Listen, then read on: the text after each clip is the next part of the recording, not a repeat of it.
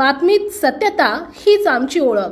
महिन्यापासून जे गुलमोहर रेस्ट हाऊस आहे त्या ठिकाणी जे 1,84,00,000 रुपयाची खंडणी या धुळ्याच्या अधिकाऱ्यांनी जमा केली ती सापडून आज 1 महिना उलटत आहे।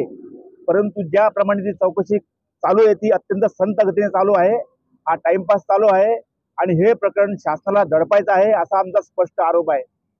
याच्यामध्ये 1,84,00,000 सापडून देखील फक्त अदखलपात्र गुन्हा दाखल केला त्याच्यावर आमचा खरा सवाल आहे।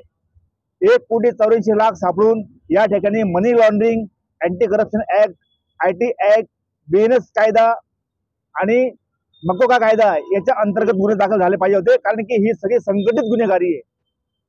धुळ्याच्या जिल्ह्याच्या हजारो म्हणजे हा भ्रष्टाचार किती खालपर्यंत पाझरला आहे याचं उत्कृष्ट उदाहरण म्हणजे रेशन दुकानदारांना देखील फोन गेले आणि प्रत्येकी दुकानदारांना 10,000 रुपये जमा करावे, अन्यथा त्यांच्या दुकानावर धाड घालण्यात येईल असा दम भरण्यात आला RDC कार्यालयामधून। त्या RDC कार्यालयाचे जे CCTV फुटेज आहेत त्या RDC कार्यालयाच्या त्या शेलार आहेत त्यांचे जे CDR आहेत ते का तपासत नाही हा आमचा सवाल आहे। त्याचप्रमाणे किशोर पाटील आणि अर्जुन खोतकर, किशोर पाटील हा एक हस्तक आहे, हा एक प्यादा आहे, त्याला कोणीतरी सांगितले पैसे गोळा करण्यासाठी आणि ते पैसे गोळा करण्यासाठी त्याला अर्जुन खोतकर यांनी सांगितले।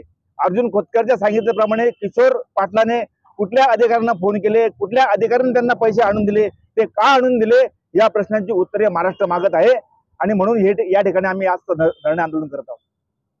पैसे सापडले त्याची चौकशी, गुलमोहर रेस्ट हाऊस मध्ये पैसे सापडले त्याची चौकशी, जे दोषी आहेत त्यांच्यावर गुन्हा दाखल आवाज कोणाचा? जिंदाबाद जिंदाबाद। आपल्या परिसरातील महत्त्वाच्या बातम्या पाहण्यासाठी आजच आमच्या JBTV न्यूज चॅनलला YouTube वर सबस्क्राइब करा आणि बेल आयकॉन प्रेस करा।